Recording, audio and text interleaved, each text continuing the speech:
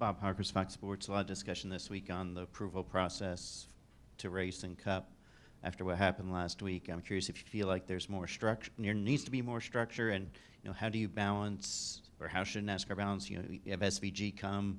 Granted, it's a road course. His first race is able to win. How do you balance, somebody who's so accomplished in another series and trying to figure out if they're able to race in Cup? Yeah, I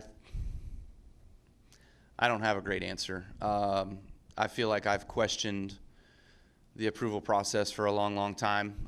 Being an owner in the Truck Series and seeing some young drivers get opportunities at different tracks versus my drivers that I was trying to get them opportunities at some of those same tracks getting denied. So I was very confused, and probably am even more confused now on how it all works. So I think it's broken. I think there's a lot of work that could be done to make it better. I also do feel as though it shouldn't be suit and ties making the decisions always. Certainly there can be some that need to be involved, but I do feel like there needs to be fire suits involved in some of those decision-making processes on those that need to be approved or not approved for various activities.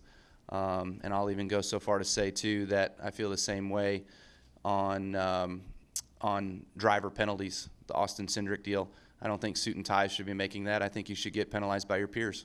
Kelly Crandall, Racer.com. Kyle, two things. When you were talking about the approval process, does the sport need to go back to looking at how much practice that includes on a race weekend when somebody is in a car for the first time, as well as the testing policy where teams being able to take someone and put them in a car during the week and run laps with them beforehand?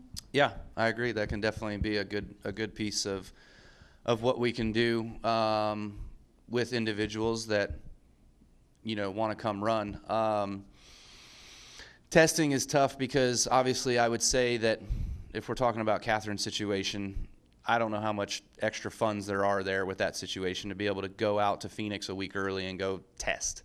You know what I mean? But that obviously would be beneficial to not only the team but also the driver in that case, to just go out there and get some reps, get some laps, get some seat time, feel the car out, get it more comfortable than probably what she was able to do in just the short practice that we have. So how that all works, I'm not exactly sure.